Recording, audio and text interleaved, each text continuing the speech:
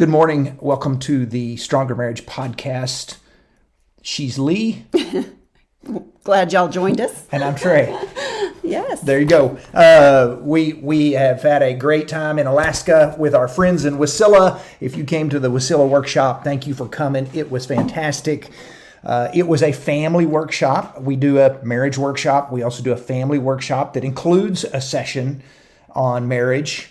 But this had a lot to do with parenting and families and healthy families, and it was a good workshop. Good workshop. And one of these days, we're going to follow up with a book.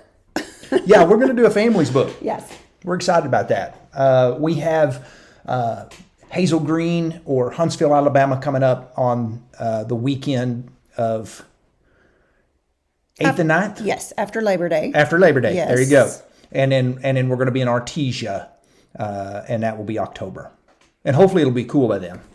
Looking forward Seems to some like cooler all we've temps. talked about lately on our podcast is that how it's hot it is. That's right. We never got over 70 degrees in Alaska. I'm not sure it got over 65. But yeah, every day. It was very, very, very cool. And almost like we were cold a few times. There were a couple of times we were cold. We went to a concert. One of my favorite bands played there at the State Fair. And I've tried to catch them in Texas, and that didn't work out. And so they were going to be in Alaska while we were there. So we went and saw the Texas band in Alaska. In the very town we were staying at. It was meant to be. It was meant to be, and it was perfect. It was cold. We snuggled as we kind of snuggled as we listened to the last few songs because we were so cold. Yes. Outdoor concert, but it was fun. Never quite got dark. We spent a few days in Denali, saw bears, moose, elk. Not elk. Caribou. Caribou, yes. Bald eagle. Yep. It was fun. We had a good time. If you haven't been to Alaska, and if you can ever pull that off, that'd be a great place to go. Beautiful place. Yeah.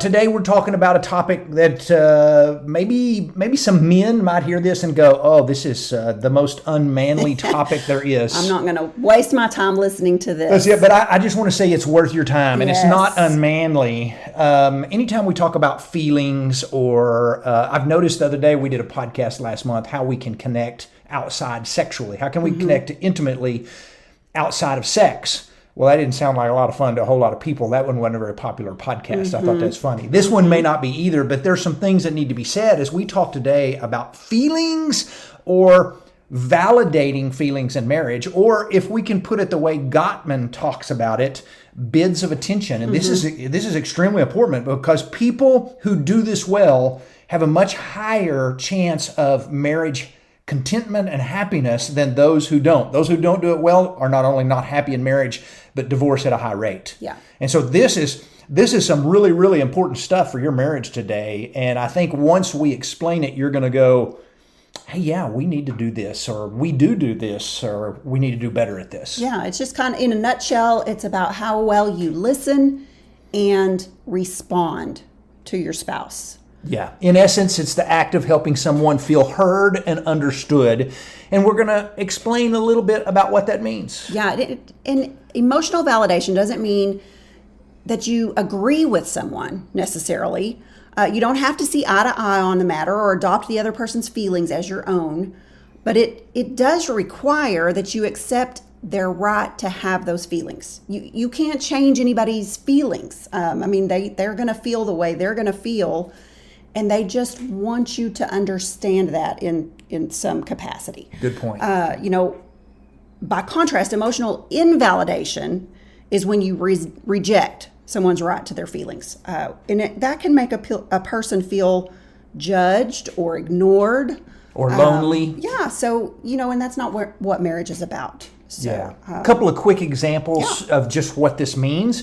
It's as if you walked in the door and said, I had a really, really hard day at work today. And I respond with, all right, what else is going on? Yeah. And give you no validation to your day. Right. And I just, what's for supper? Or, okay, so you had a bad day. Let's move on. Yes. Where there's no feelings of, I am so sorry. What happened today? Yeah. Or if I came into you and said, I have some really great news. This is so exciting. And you just respond with, well, okay. Yeah, it wasn't so exciting to you, but, you could have shown a little more excitement. If your spouse is excited, you should be excited. and that's important. Or if maybe you tell your spouse, or maybe your spouse tells you, I feel like you kind of had a little bit of a tone with me, and you respond with, or they respond with, you're just being too sensitive. That's hard, and you shouldn't do those things. We should not belittle our spouse's feelings or what they feel.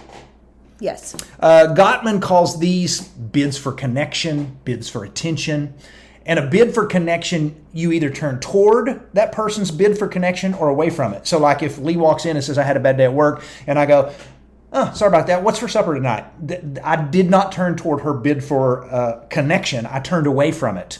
And those who actually turn towards one another with this bid for connection have a much happier marriage. And it's important that we learn how to do this. Yeah. So we're taking this from a study that Gottman did. They did a study. They had a 6-year follow-up period with couples during this study.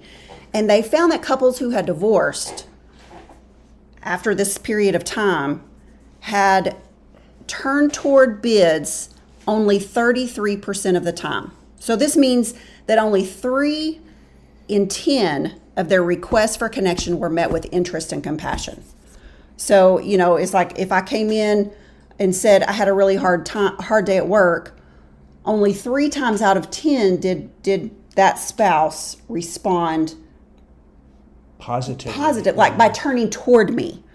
The rest of the time it would have been, like brushing me off, not responding in the way that validated my feelings. And it can be as simple as you sitting there going, oh, guess what? I heard today, and me kind of going, yeah, what is it? Hold on, I'll get back to you. I'm finishing this or whatever it is, and I forget what it was that we talked about. It's just you've made a bid to connect with your spouse, and your spouse has turned away. In contrast, couples who remain together after this 6-year period that Gottman studies had a turn toward bid 87% of the time, meaning when their spouse told their spouse something, nearly 9 times out of 10, the healthy couple were meeting their partner's emotional needs, their bid for connection. Mm-hmm. And here's the kicker. All right, this is good. By observing these or this type of interactions, Gottman apparently says that he can predict up to 94% certainty whether couples will be broken up together, happy or unhappy, together several years down the road. They'll just know if they're going to work or they're not going to work. And simply by what you do when you turn towards your spouse's bid for connection and validation or away from it. And so that's so important that we become people who turn toward our spouse's bid for connection. Yeah. So, of course, there are countless ways that you can validate your spouse. As long as you show the other person that you recognize and accept their emotions, you're validating. So if you came in and told me, something that happened during the day, I could say something like, wow, that would be confusing. That's a way to validate. So we just want to give you a few examples, Some phrases that come across as validation. Yeah. If your spouse came in and said, I'm upset, and why is that? He said this today, and you said, yeah, I would be upset about that too. All you've done is told your spouse, you've got a right to be upset. Mm-hmm. You've got a right to be angry. Yeah. Or, that is so sad.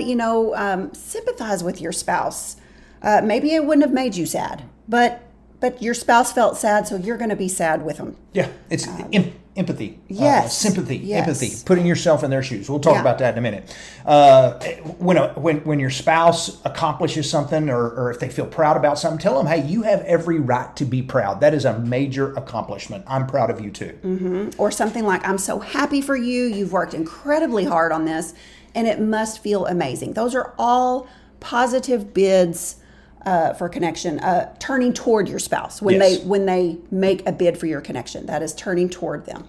So we talked about some ways that we validate our spouse. Here's some ways we can invalidate as well by saying things like, get over it, you'll be fine. Mm-hmm. Or it could be worse. Yeah, and I'm kind of bad about that sometimes. I need to do better about that. Well, it could be worse. Yeah, we're going to get to that. When you turn toward the optimist with your bad day and some of the ways that they respond. But we'll get to that. Yeah.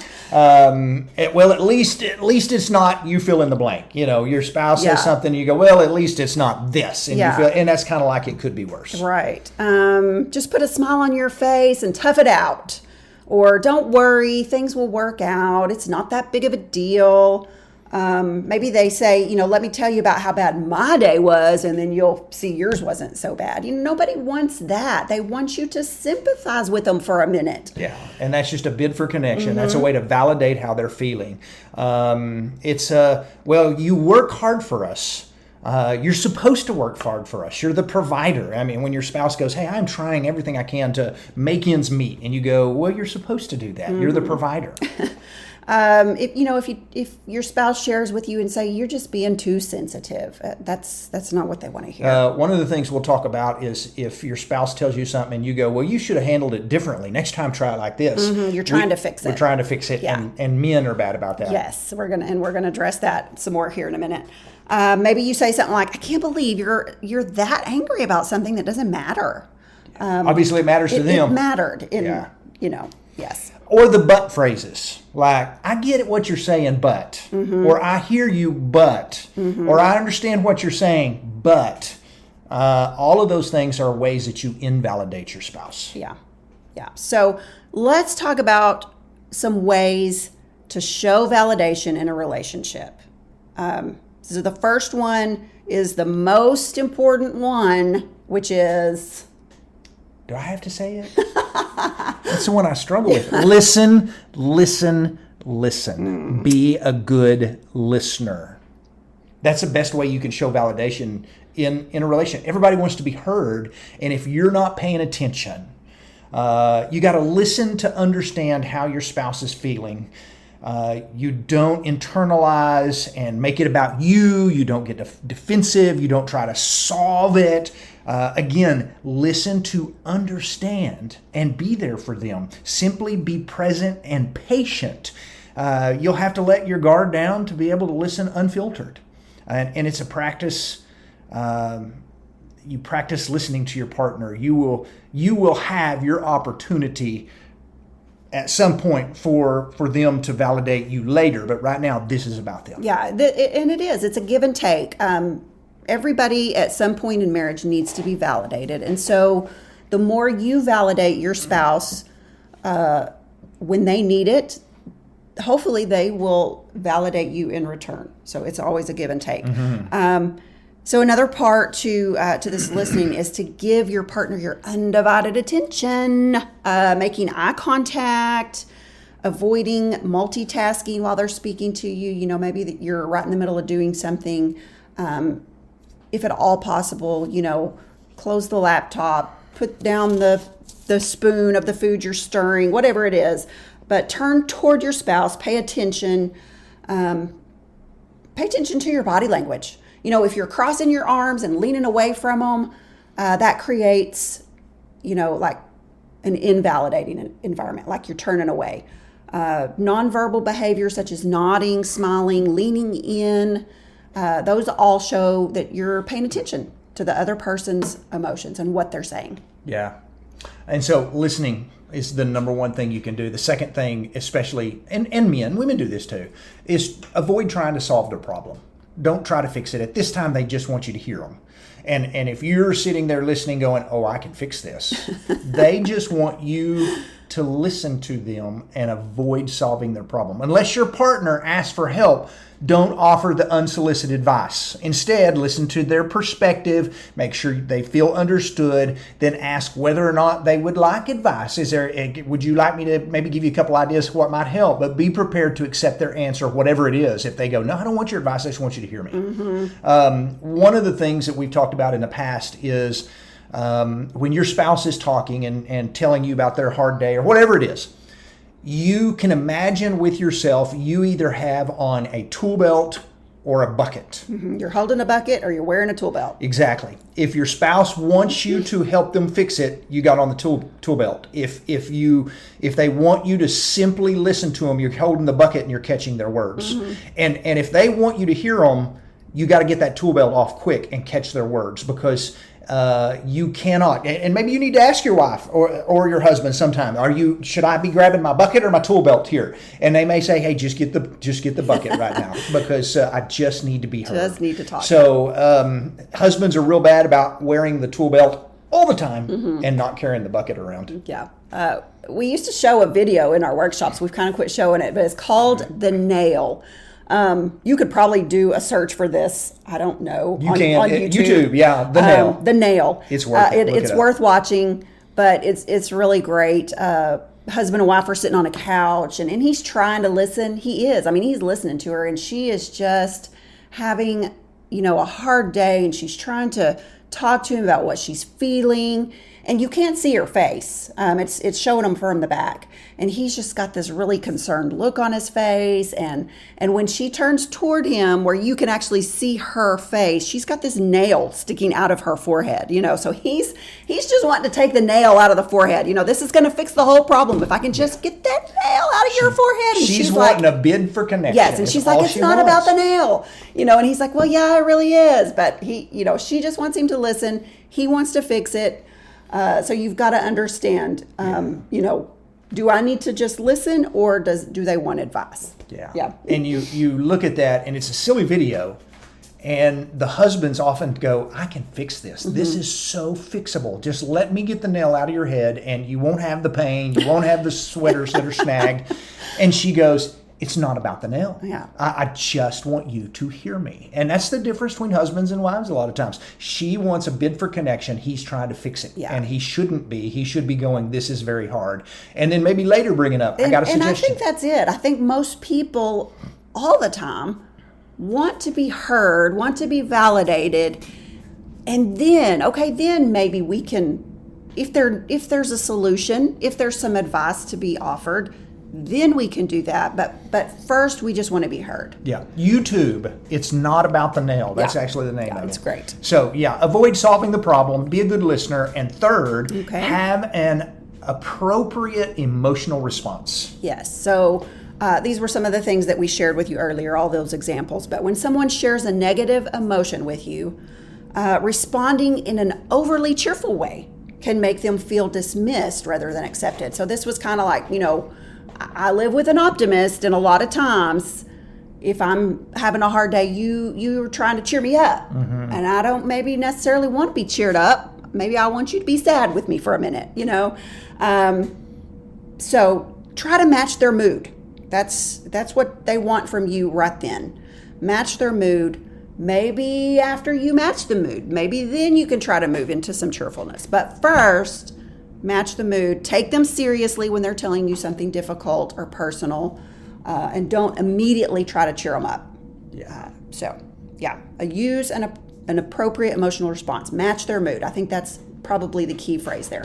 That's really hard for some people. It is very hard when you're, we watched Everybody Loves Raymond last night, and he's a pessimist, and Deborah was telling him, Ray, you're just such a pessimist. You always look at the negative, and he was, celebrating his pessimism, and so it's probably works both ways. If somebody comes in and they're excited about their day, and the pessimist may be going, well, why are you so excited about that? Matching the mood is very important. It is. Number 4 of 5 is use validating responses, and we went through a bunch of these, but we'll give you a couple of more. Validating responses.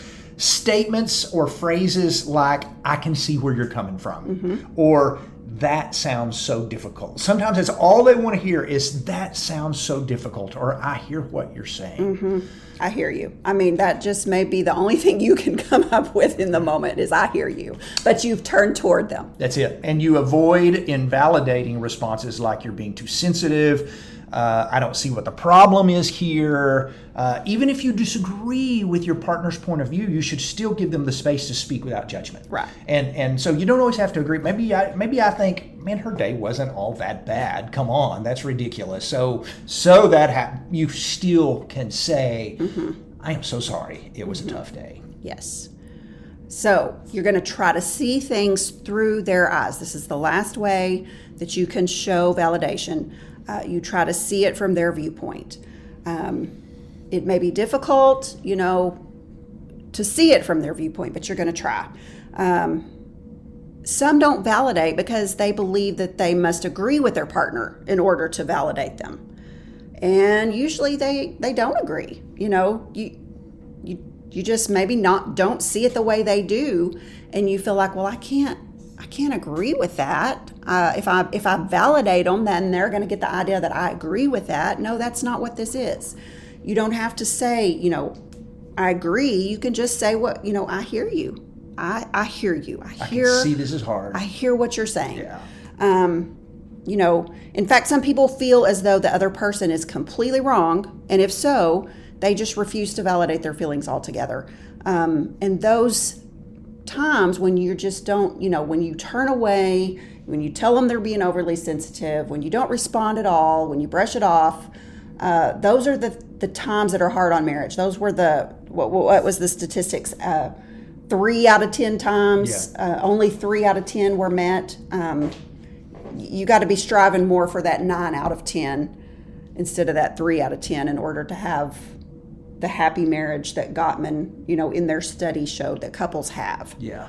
So work on validating feelings, because everybody's feelings are valid. Your spouse's feelings are valid. Your feelings are valid.